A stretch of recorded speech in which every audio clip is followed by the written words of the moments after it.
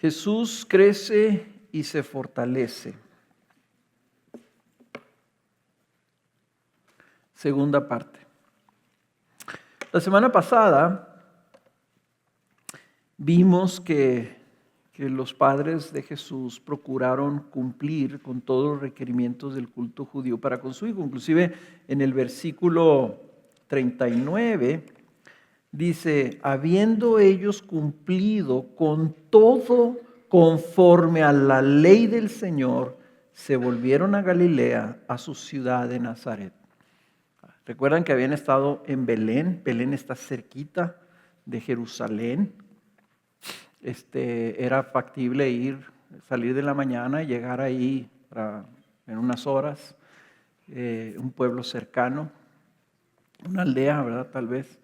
Y al terminar todo lo que sucedió con su circuncisión y luego su presentación en el templo, dice, regresan a Jerusalén, pero lo importante es habiendo cumplido con todo conforme a la ley. Eso lo vimos como también el Espíritu Santo de manera activa empieza a actuar o continúa actuando, pero ahora con este anciano Simeón y esta anciana Ana, que ambos profetizan acerca de Jesús y dan testimonio de su identidad. Y eso ese retrato, véanlo así, ¿verdad? Está un niño que a vista de cualquiera dirías es un niño completamente normal. Y entonces el Espíritu Santo está iluminando y por medio de ángeles y por medio de pastores y por medio de la mamá de Juan el Bautista, del papá de Juan el Bautista y de María y de José y ahora de Simeón y de Ana. ¿Qué están haciendo todos? Están diciendo, este niño es el Salvador. Lo están señalando, lo están afirmando. Quiere Lucas que nos demos cuenta que este es un niño normal. Un niño que nació en un pesebre y lo pusieron en un pesebre y también es el Salvador, la luz que estaba esperando todas las naciones de la tierra. Y venía esa luz y desgraciadamente, ¿verdad? La luz provocaba conflicto, era una señal también de contradicción, porque para algunos esa luz iba a traer salvación. Pero para otros esa luz los iba a condenar. Unos iban a aceptar esa luz y recibir esa luz y otros lo iban a resistir y a rechazar. Y dice que a María le iba a perforar el corazón como una espada. Ahora vamos nosotros a ver otra escena de la vida infantil de Jesús. Y vamos a ver algo que está sucediendo en la vida de Jesús siendo un niño de 12 años, algunos ya le llamarían a lo mejor a un adolescente o preadolescente, no sé cómo le llamarían, pero es un niño de 12 años. ¿Y por qué pone Lucas este pasaje en la Biblia que no está registrado en otros evangelios? Los otros evangelios empiezan con el ministerio de Jesús, pero Lucas dijo, no, yo investigué todo con cuidado y yo quiero que se den cuenta ustedes en estos 2 capítulos de todo lo que sucedió para el nacimiento de Jesús y ahora este incidente de Jesús como niño. ¿Okay? Y vamos a verlo porque al verlo no solamente vemos la grandeza de Jesús en su ministerio como el Hijo, como el Redentor, como el Salvador, pero vemos a Jesús en su grandeza como ser humano. En la gracia de su vida como un hombre perfecto. Lo vamos a ver aquí y es muy importante, recuerden lo que les dije la semana pasada. ¿Por qué quiere el Espíritu Santo que veamos a Jesús como 100% hombre? Tenemos que hacernos esa pregunta y tenemos que contestar esa pregunta y empezamos a contestarla la semana pasada, pero el día de hoy especialmente. Este pasaje nos va a permitir responder esa pregunta y aplicar esa verdad a nuestras vidas. De manera particular, este pasaje nos va a llevar a salir de aquí viendo a Jesús y aplicándolo a nuestras vidas. ¿Ok? Entonces vamos a leerlo y vamos a leer toda la historia a partir del versículo 40. 2:40. Dice así: y el niño crecía y se fortalecía, llenándose de sabiduría, y la gracia de Dios estaba sobre él. Sus padres acostumbraban ir a Jerusalén todos los años a la fiesta de la Pascua. Y cuando cumplió 12 años, subieron allá conforme a la costumbre de la fiesta. Y al regresar ellos, después de haber pasado todos los días de la fiesta, que son 8 días, el niño Jesús se quedó en Jerusalén sin que lo supieran sus padres. Y suponiendo que iba en la caravana, anduvieron camino de un día y comenzaron a buscarle entre los familiares y conocidos. Al no hallarle, volvieron a Jerusalén buscándole. Y aconteció que después de 3 días le hallaron en el templo, sentado en medio de los maestros, escuchándolos y haciéndoles preguntas. Y todos los que le oían estaban asombrados de su entendimiento y de sus respuestas. Cuando sus padres le vieron, se quedaron maravillados. Y su madre le dijo: hijo, ¿por qué nos has tratado de esta manera? Mira, tu padre y yo te hemos estado buscando llenos de angustia. Entonces él les dijo: ¿y por qué me buscabais? ¿Acaso no sabías que me era necesario estar en la casa de mi padre? Pero ellos no entendieron las palabras que él les había dicho. Y descendió con ellos y vino a Nazaret y continuó sujeto a ellos. Y su madre atesoraba todas estas cosas en su corazón. Y Jesús crecía en sabiduría, en estatura y en gracia para con Dios y los hombres. Ahora, ahí les va una clave para entender cómo la Biblia es literatura también. Entonces, cuando tú tienes, por ejemplo, en el versículo 40 que dice: y el niño crecía y se fortalecía, llenándose de sabiduría, y la gracia de Dios estaba sobre él, en el versículo 40. Y en el versículo 52 tienes: y Jesús crecía en sabiduría, en estatura y en gracia para con Dios y los hombres.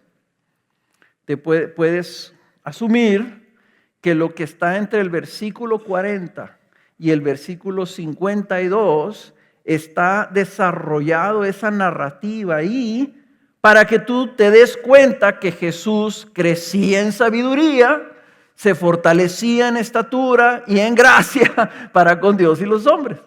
¿Ok? Empieza hablando de que Jesús crecía y se fortalecía y termina afirmando: ¿ven cómo Jesús crecía y se fortalecía? ¿Ven? La historia tiene ese propósito.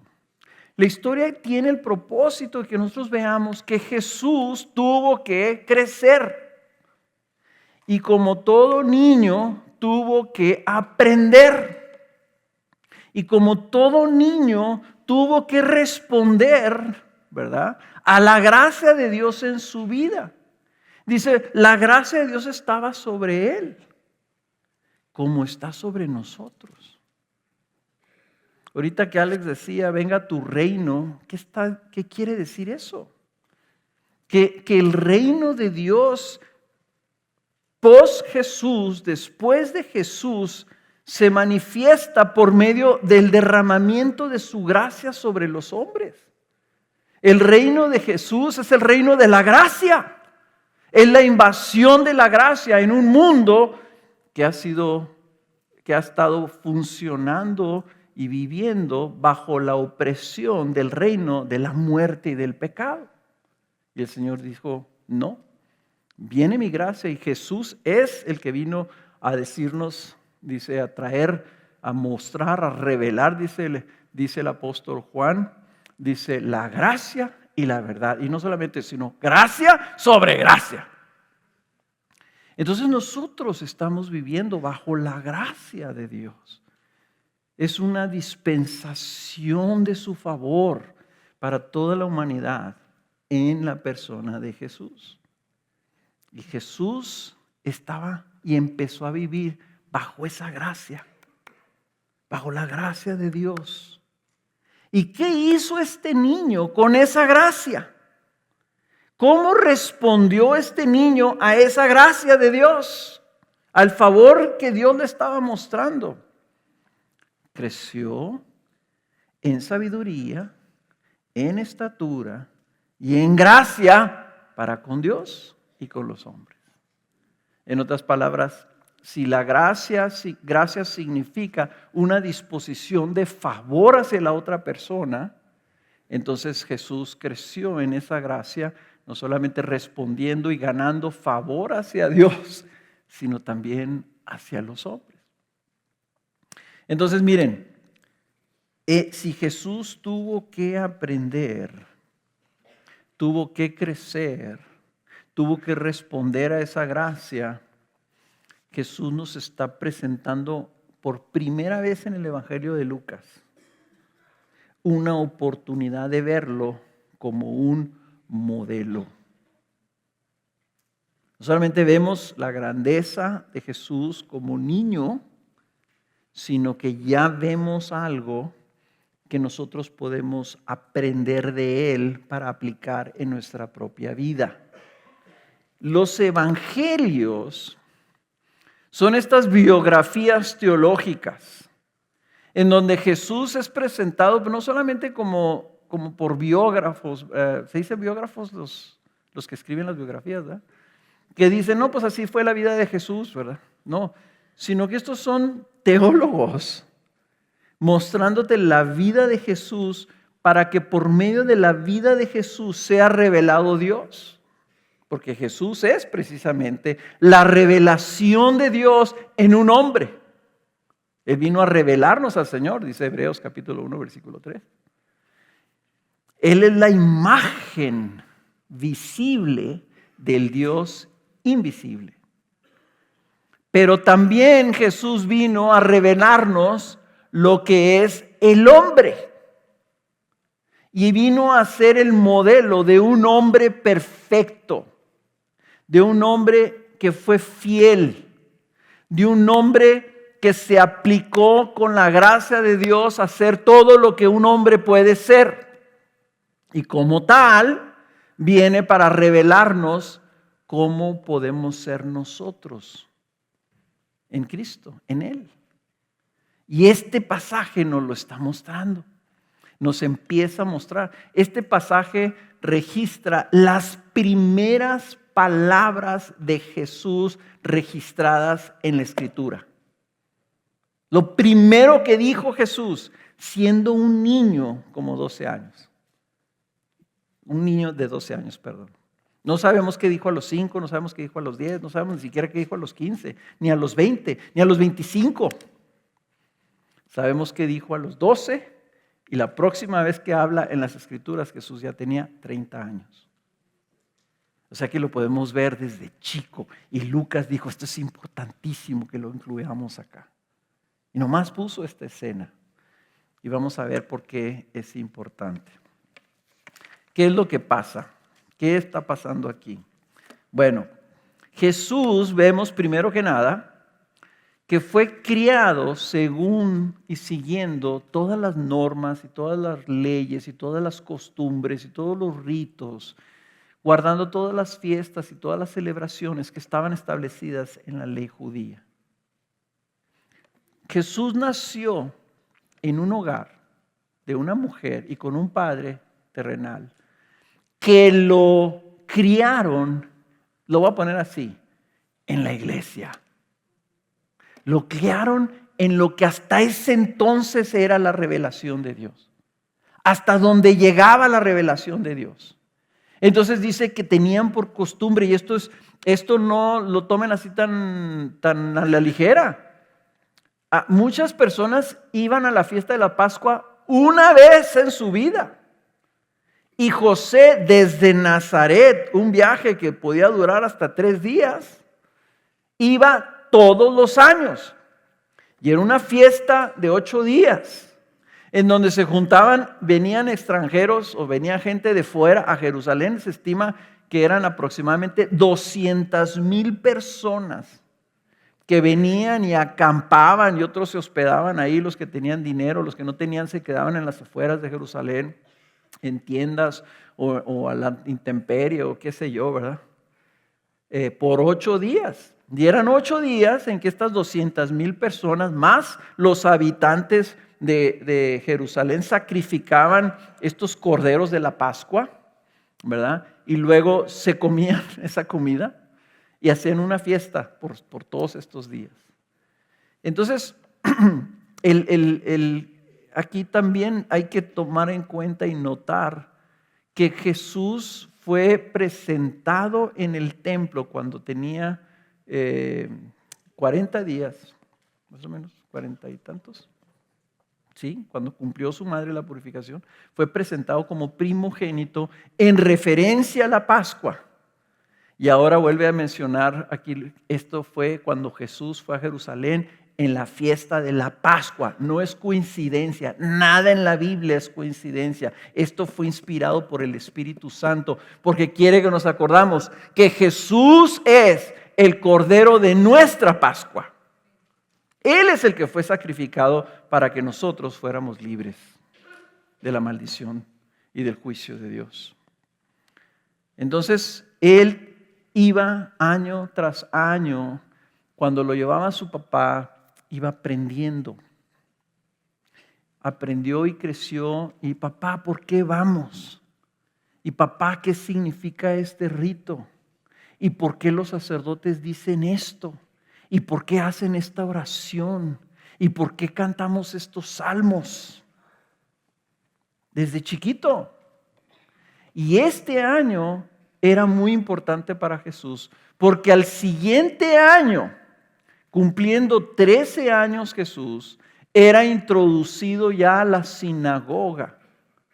Y Jesús se sentaba junto con los hombres y los ancianos del pueblo a escuchar la predicación y la presentación y la discusión de la palabra de Dios. Hasta esa fecha Jesús se sentaba con su mamá atrás.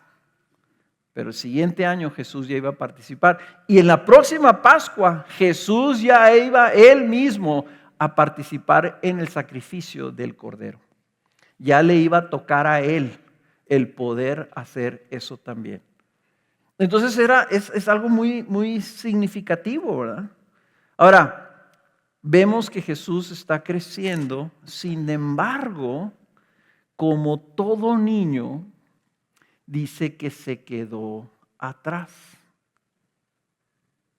Se quedó en Jerusalén. Yo no sé si a ustedes les ha pasado. Yo me acuerdo cuando yo estaba niño que fuimos a las Arenas Blancas. Éramos 2 familias, 2 camionetas. En aquel entonces se llamaban guayines, ¿verdad? Una guayín éramos nosotros, 6 niños. Y en la otra guayín era otra familia, 7 niños, éramos 13 niños y 2 parejas, adultos. Fuimos a las Arenas Blancas, no nos queríamos venir, ¿ok? Ya anocheció, se puso el sol bien rápido, y rápido suban todas las cosas. Íbamos nosotros en la camioneta, ¿verdad? Y la otra camioneta, íbamos siguiendo la otra camioneta, y mi hermano menor empezó a decir, va, no está Rubén, va, no está Rubén, y va, ¿dónde está Rubén? Y mi mamá aquí iba enfrente con todos los niños gritando y todos así, todos empolvados de arena, etcétera, etcétera, y diciendo que yo me deslicé y que aquí me mareé y que me caí. Y dice mi mamá, ¿por qué está diciendo Daniel, mi otro hermano, que dónde está Rubén? Y entonces nosotros volteamos, pues es que no está Rubén.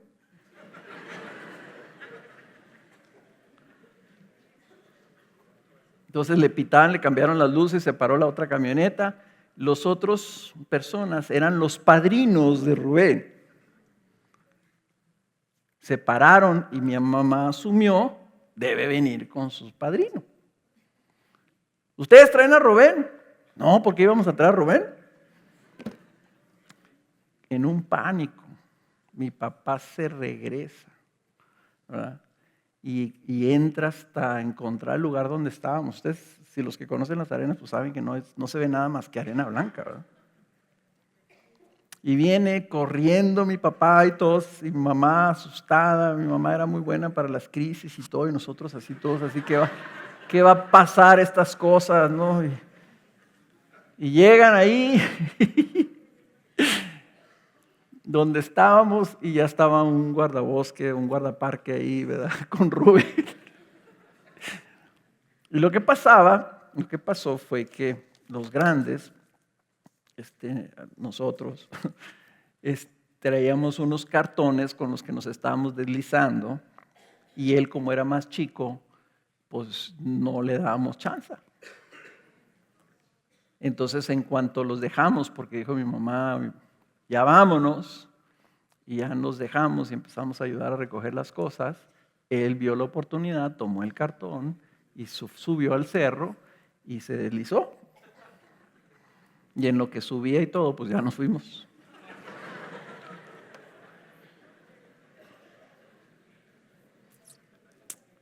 Y él estaba feliz, no creen que estaba preocupado, ¿eh? Esto pasa, y nos pasa porque somos humanos, ¿verdad? No sabemos qué pasó con Jesús. No sabemos si se distrajo. No sabemos si fue por un cartón para deslizarse ahí en el arroyo. No sabemos. No sabemos si andaba jugando con sus primos, con sus amigos, con toda la caravana de la gente que venía desde Nazaret. No sabemos si fue de curioso, ¿verdad? O dónde estaban. El templo estaba adentro de los muros de Jerusalén. No sabemos dónde, no sabemos nada. Nomás sabemos que se quedó. Y sabemos que no lo hizo por pecado. No lo hizo en rebelión, no lo hizo para agraviar a sus padres, no lo hizo en desobediencia. Lo hizo y sucedió porque sus padres eran humanos, la gente de la caravana era humana y Jesús era humano. Se queda atrás. ¿Ok? Ellos se fueron como 25 kilómetros, lo que caminaban en un día. ¿Se dan cuenta? Se regresan 25 kilómetros, segundo día. Lo buscan por todo Jerusalén, tercer día, hasta que se les ocurre buscar en el templo. Y cuando lo van y lo buscan, como toda mamá, María, con toda la preocupación de pensar, dejé a mi hijo, dejé a mi hijo, dejé a mi hijo. Y el hijo era el Hijo de Dios y lo dejé. En su angustia, a lo mejor en su culpabilidad, se siente bien feo olvidar a un niño. Le dice, ¿por qué por qué nos has tratado de esta manera?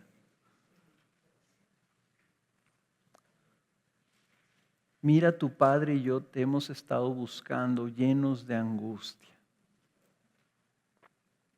Eso es una expresión de una familia típica.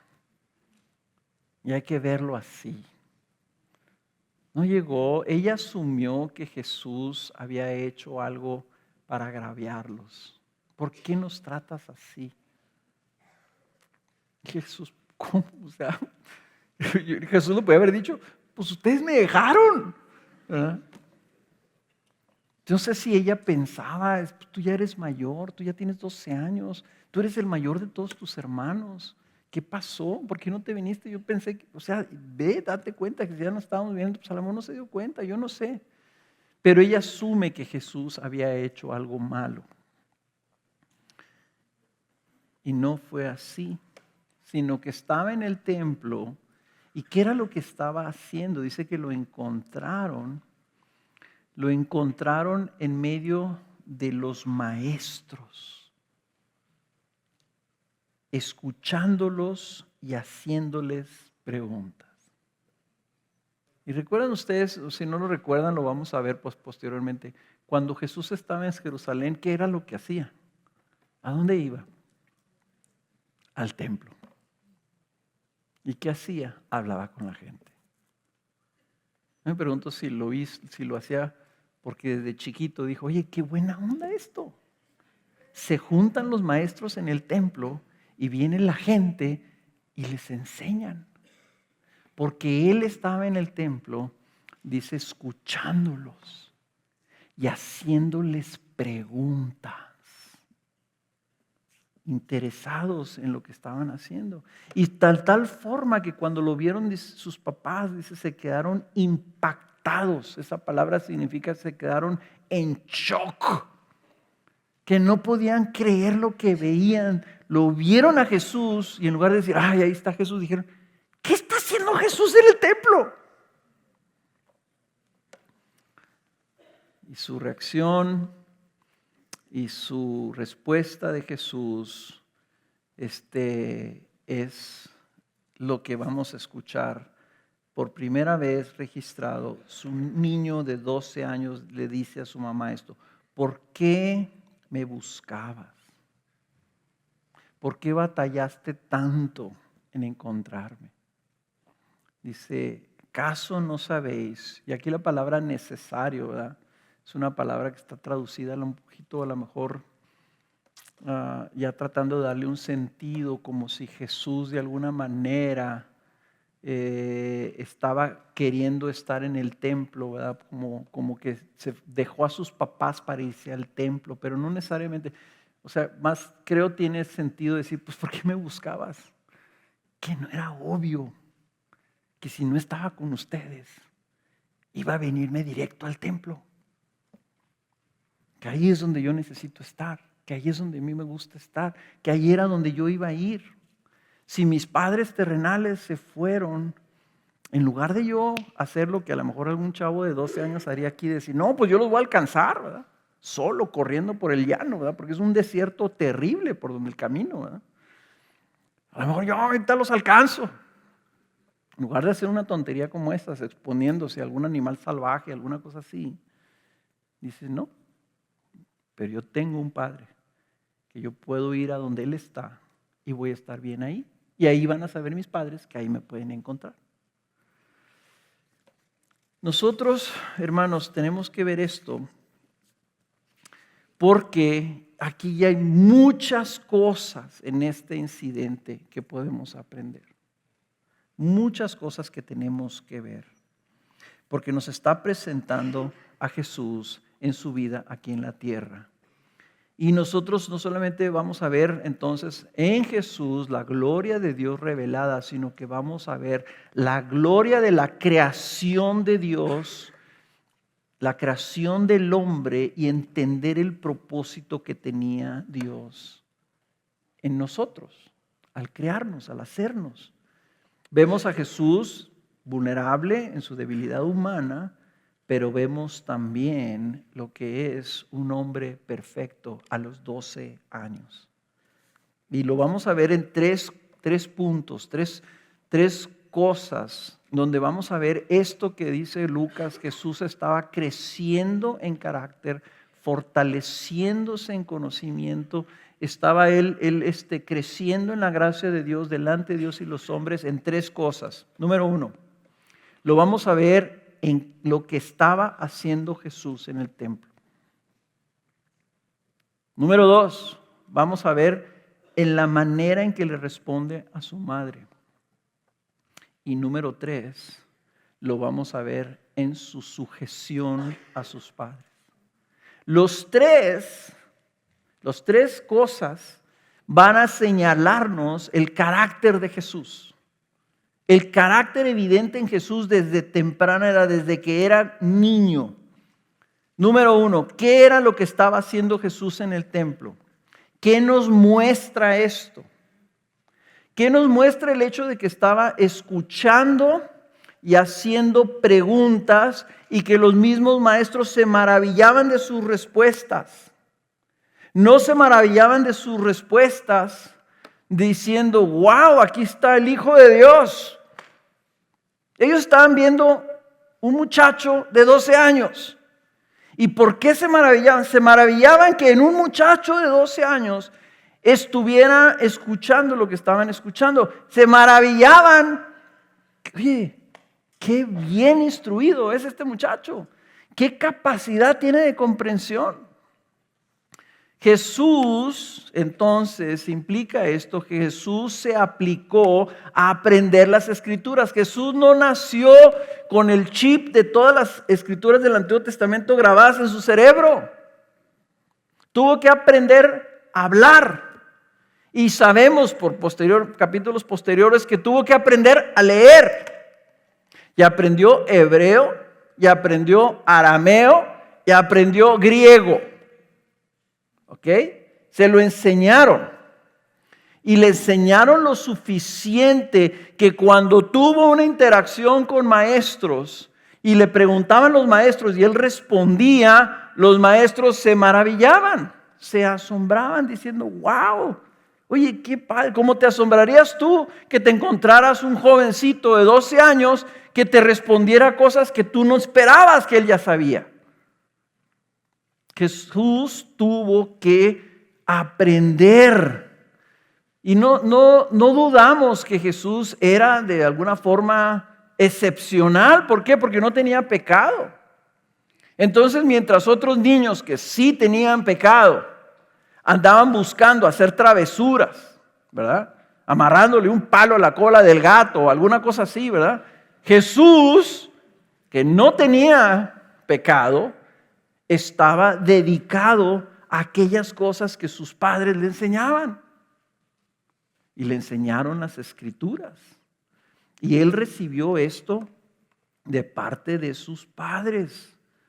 Él fue y buscó y se sentó con los maestros y a preguntar. El interés lo tenía Jesús.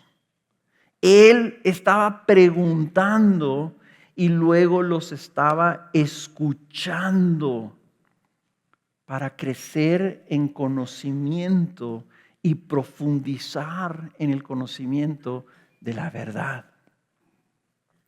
Ahora, si ustedes no creen que esto es algo que debe retarnos, déjenme decirles, esto nos reta a todos. A todos. En particular creo que reta a los jóvenes, pero a mí personalmente, ¿verdad? Me humilla. El interés y la aplicación de Jesús en buscar, aprender y crecer. Él está haciendo un ejemplo, Él nos está poniendo el ejemplo de lo que debe ser un creyente desde temprana edad. Él nos está diciendo, si no fuera por el pecado, así podríamos ser. Entonces los que estamos bajo la gracia de Dios, que hemos recibido el Espíritu Santo y que se ha roto el dominio del pecado en nuestras vidas, ¿saben una cosa? Podemos aspirar a ser así. Y no es incongruente que nosotros estemos tratando de enseñarles a nuestros hijos la palabra de Dios. Jesús no tenía Biblia.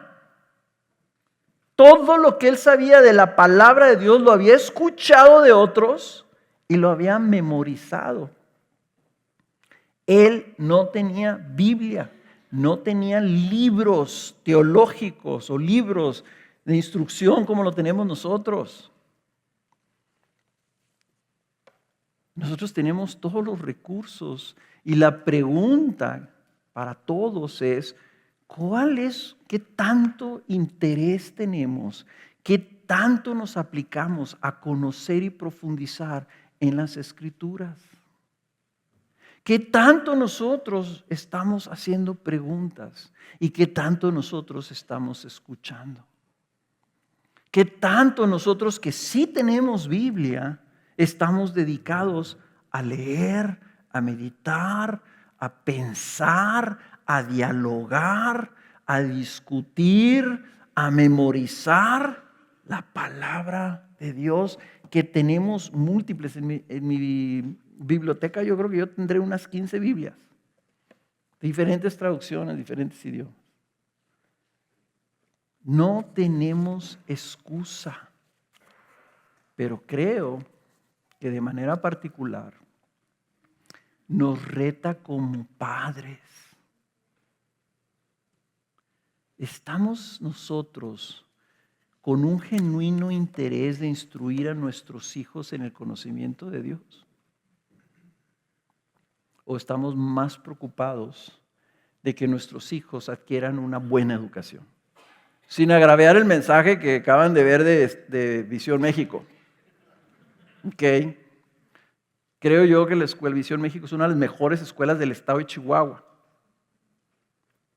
Pero, ¿verdad?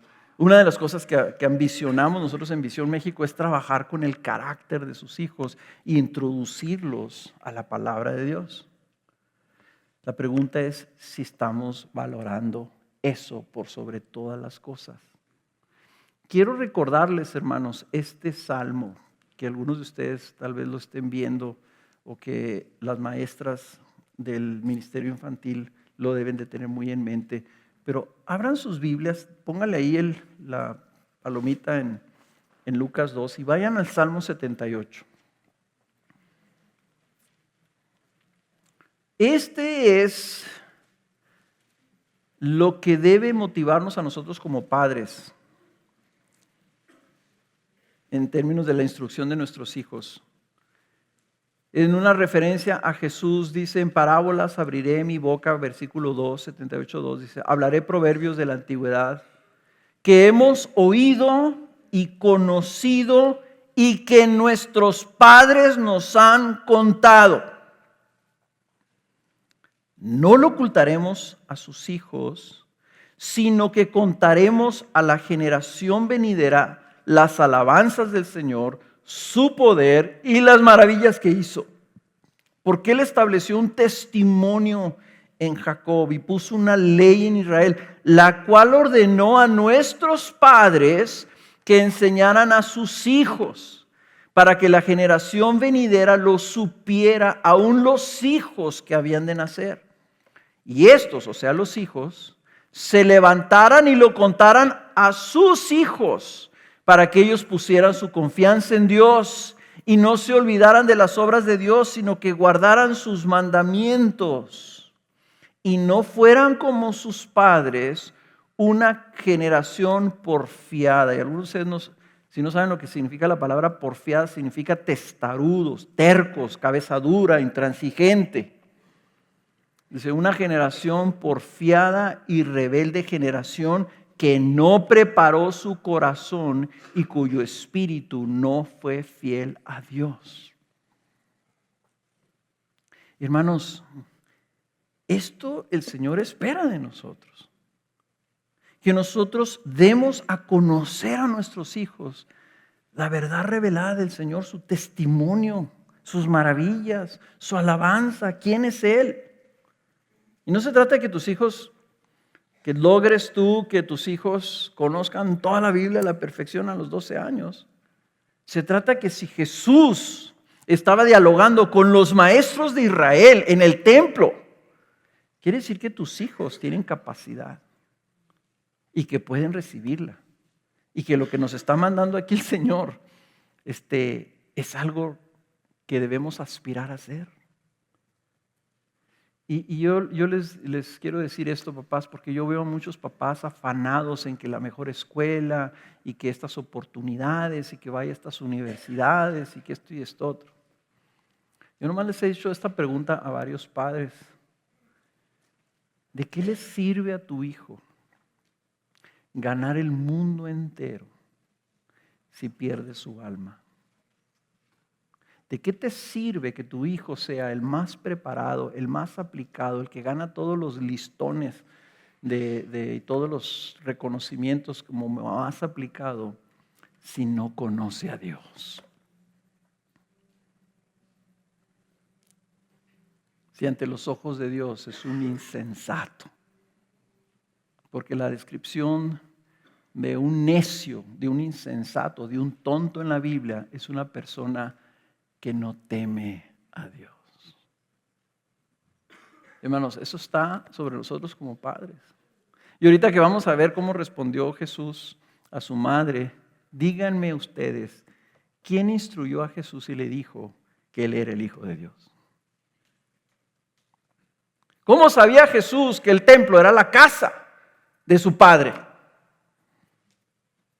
A veces asumimos que Jesús tenía todo esto así como que una revelación divina y iba, sí, voy a ir a la casa de mi Padre, ahí está. O sea, y no nos damos cuenta, era un niño. Y Lucas quiere que lo veamos, era un niño que estaba aprendiendo, estaba haciendo preguntas, como las preguntas que le hizo a sus padres. Entonces, yo creo que también este pasaje reta a nuestros niños y jóvenes. Si aquí ahorita nomás están los adolescentes, ¿verdad? Y los jóvenes. Pero te debe de retar esto, ¿verdad? ¿Cuál es tu actitud, joven, en términos de tu deseo de aprender de tus mayores? ¿O piensas, como piensa uno, porque yo también fui chavo y pensaba esto, mi papá no sabe nada? Y dicen, llegas de viejo y dices, híjole, qué sabio era mi papá. La insensatez te lleva a menospreciar la experiencia de los mayores y piensas que es mejor aprender de otros chavos insensatos igual o peor que tú. Hermanos, Dios diseñó la iglesia. Aquí hay ancianos. Algún día yo seré uno de ellos. Aquí hay ancianos, hermanos, que son un tesoro de experiencia, de conocimiento, de sabiduría, de toda la riqueza de lo que Dios ha puesto en sus vidas a través del tiempo que han vivido. Y qué curioso, nosotros somos los únicos animales que nacemos sin saber nada. Los caballitos nacen y en unos minutos ya andan caminando y corriendo. Nosotros nacemos totalmente inútiles. Tenemos que aprender todo de nuevo. La iglesia la diseñó el Señor, que haya niños recién nacidos y ancianos de 80 años para que haya una comunión y una interacción y un diálogo y una discusión, y que los jóvenes en humildad se atrevan a hacer preguntas y a escuchar primero de sus padres. Si tú no estás escuchando a tus padres y piensas que tus padres no saben nada, el único tonto aquí eres tú, no tus padres. Si tú menosprecias cuando está una reunión y hay una reunión de adultos ahí y tú dices, yo mejor me voy de aquí, esto está bien aburrido, ¿verdad? Y me vas a ver la televisión o te vas al internet o te vas a lo que sea, porque eso es mejor para ti. El necio eres tú. Estás desaprovechando una oportunidad. Si ahorita que vamos a comer unas gorditas bien ricas y va a haber ahí ancianos, mayores, tus padres, tú, y tú dices, no, yo me voy a ir a sentar allá con los jóvenes.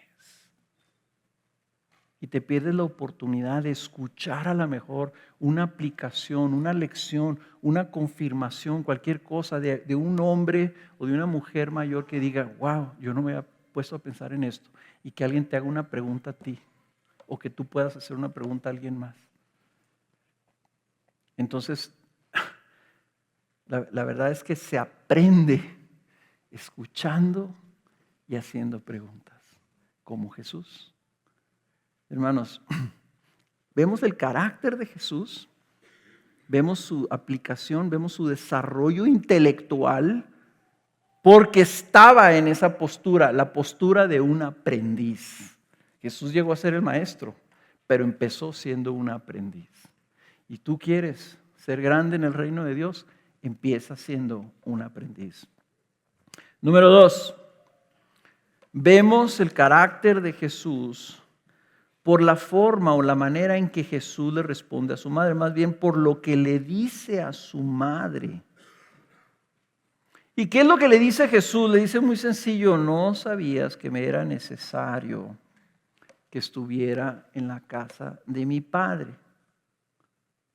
Es la primera vez en la Biblia que un ser humano se refiere a Dios como su Padre. Este es anticipadamente el Evangelio. Jesús a los 12 años ya te está diciendo para dónde va el Evangelio. El Evangelio lo que vino a hacer es transformar hombres pecadores que estaban en enemistad con Dios a hijos de Dios.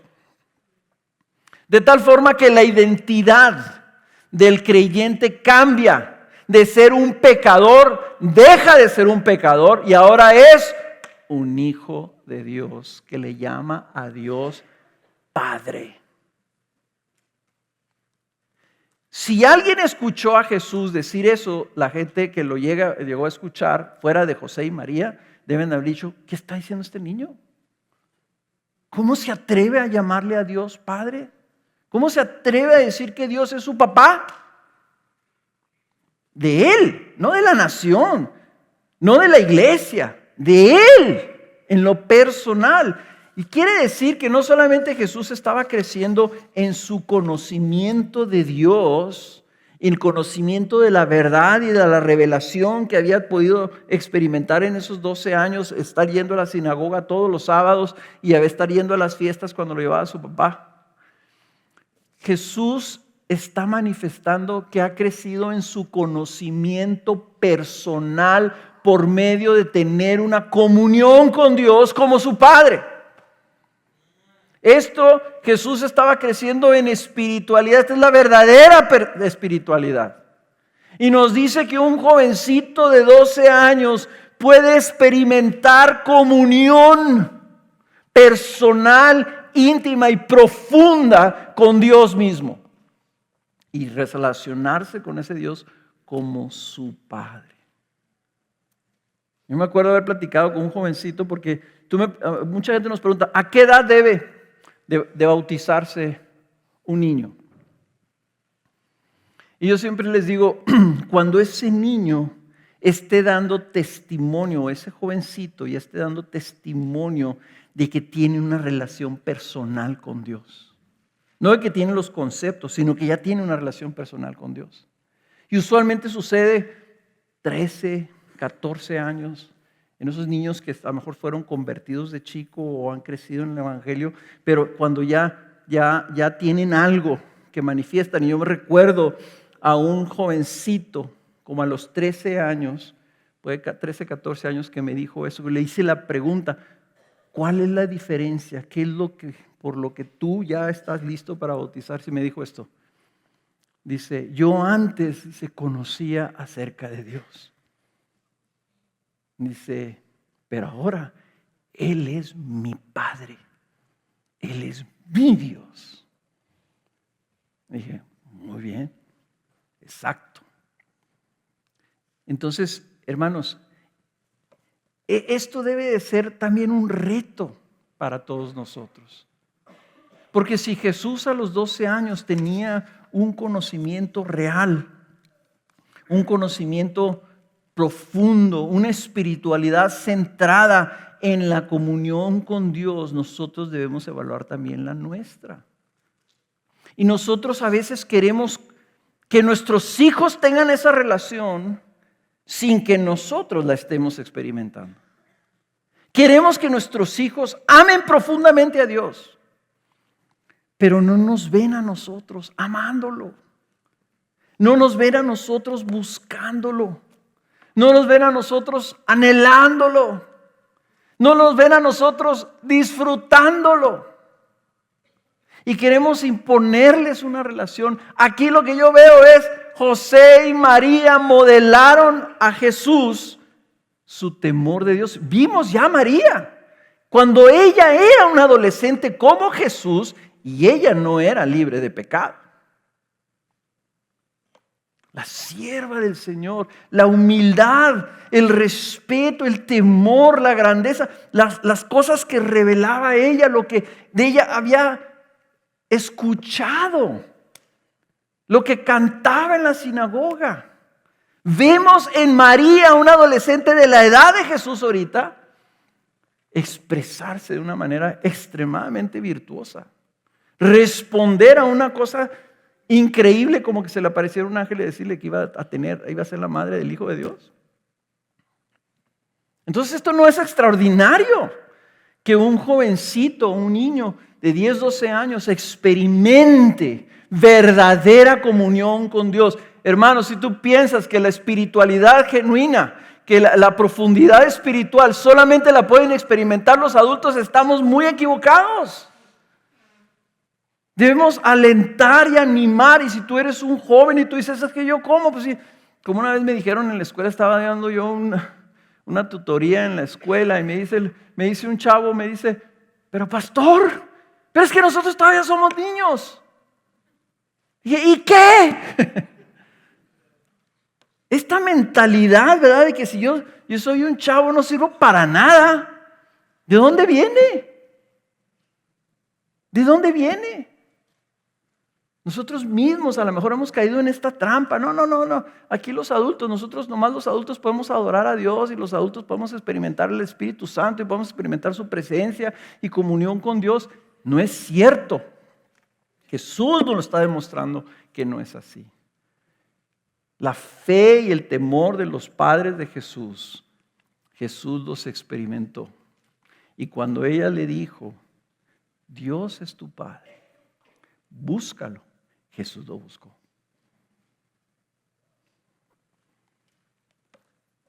Yo los quiero retar a todos, hermanos. Esto, especialmente para los jóvenes, es buenas noticias.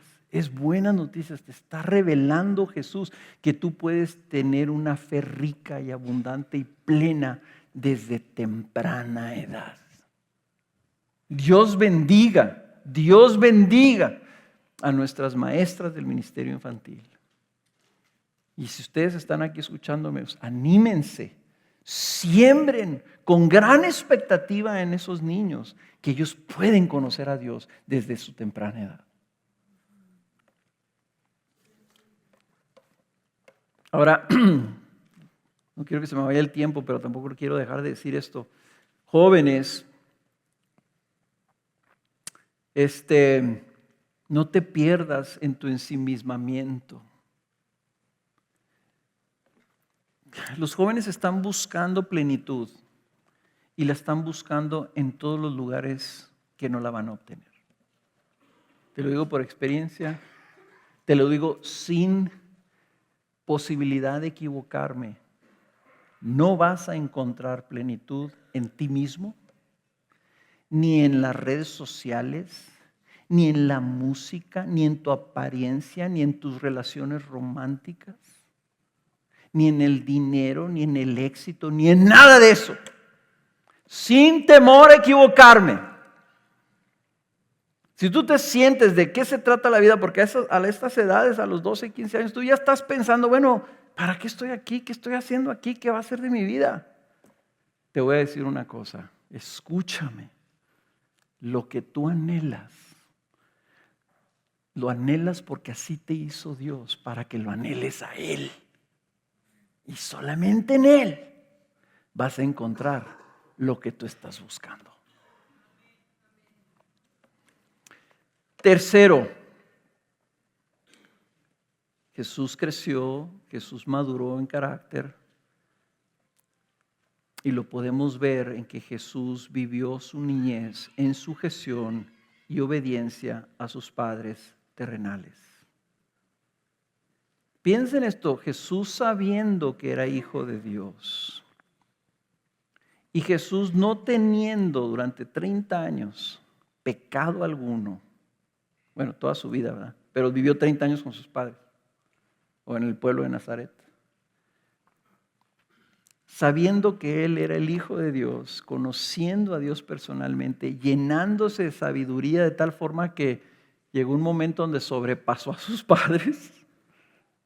Sus padres eran pecadores, se equivocaban, a veces a lo mejor se irritaban y Él también la llevaba junto con los demás. Yo no sé. Se sujetó a ellos. Fue humilde y obediente a su Padre Celestial. Bíblicamente dice que Jesús fue obediente a su Padre hasta la muerte. Lo obedeció y fue a morir como su Padre lo había enviado. Y segundo, fue obediente a sus papás. De nuevo, Jesús a los 12 años nos reta a todos. Este niño nos está haciendo temblar. Porque debemos de preguntarnos si Jesús, que era quien era, se sujetó a sus padres, ¿nosotros nos sujetamos a los que debemos sujetarnos? ¿O justificamos que no saben, no son tan buenos como yo soy mejor, soy más maduro, soy más acá, sé más? ¿Por qué le voy a hacer caso a mi patrón? ¿Por qué le voy a hacer caso a mi papá? ¿Por qué le voy a hacer caso a mis pastores? ¿Por qué le voy a hacer caso a mis hermanos que me traen consejo a mi vida o tal vez me traen corrección a mi vida? ¿Por qué le voy a hacer caso a mi esposo? ¿Por qué le voy a hacer caso a mi esposa?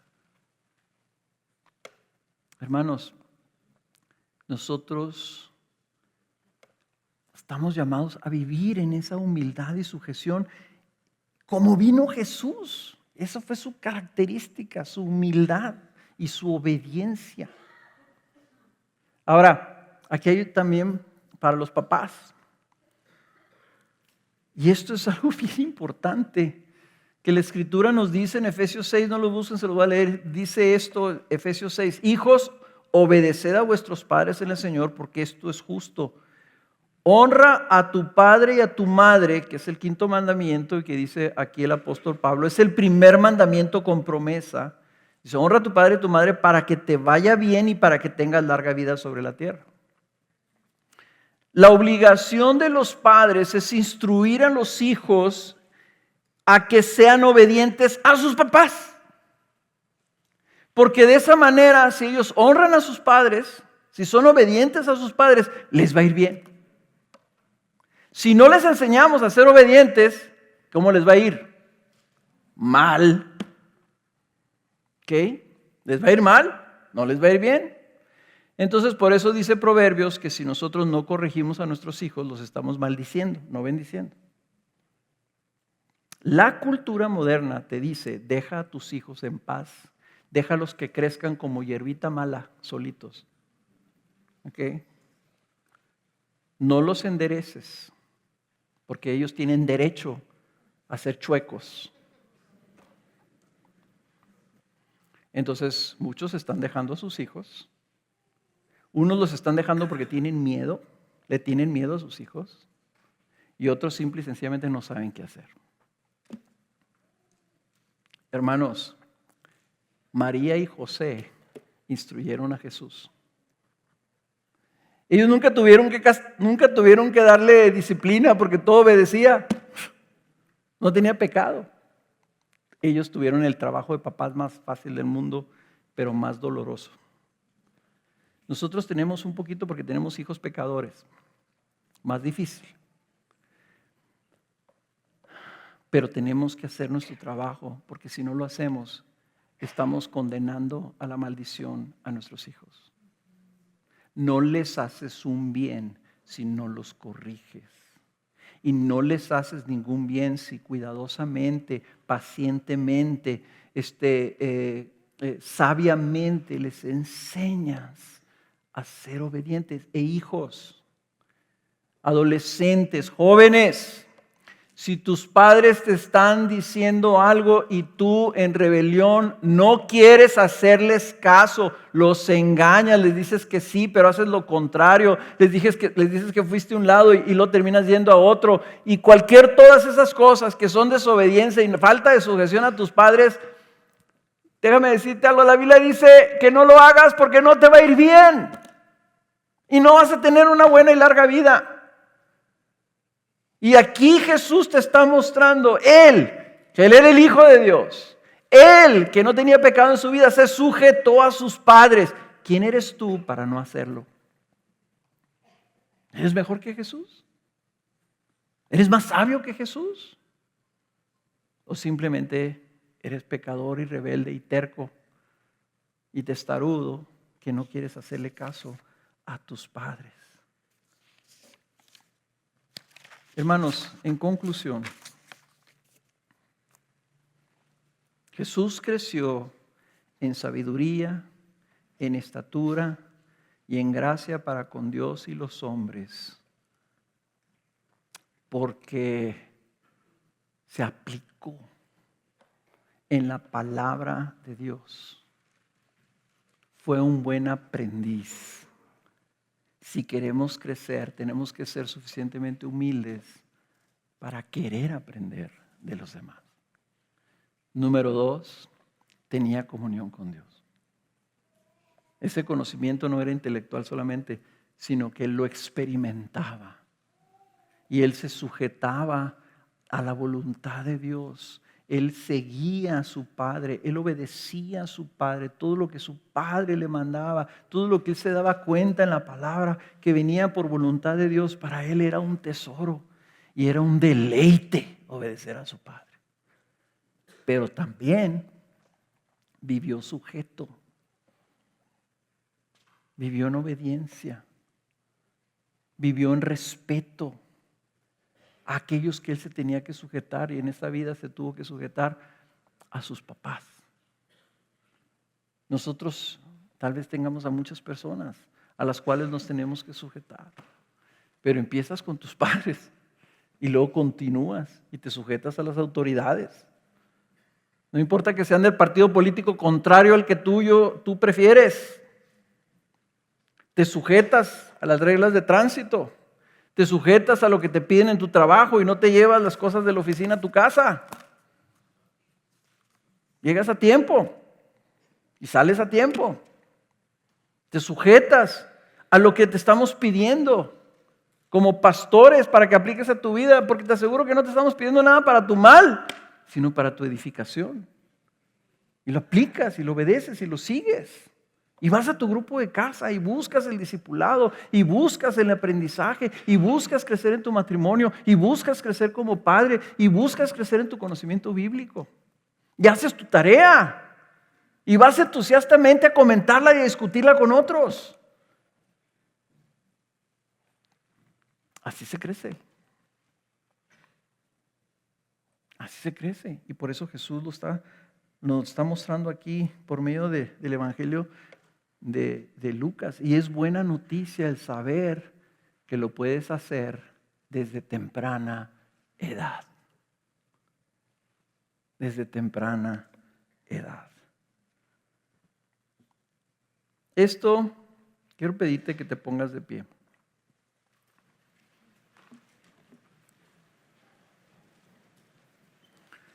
Y quiero decirte esto.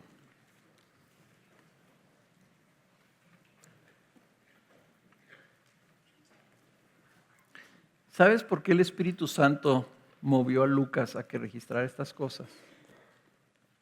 No para que te sintieras mal. No para que te sintieras que no eres un buen padre.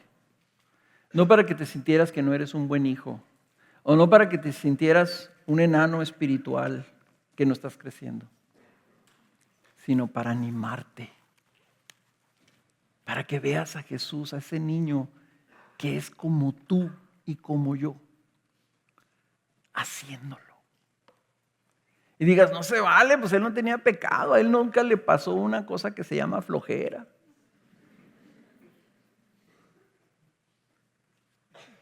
Concedido. Pero nosotros también se nos dio el mismo Espíritu. El Espíritu de Jesús que lo hizo, vive en ti. Para que lo puedas hacer tú también.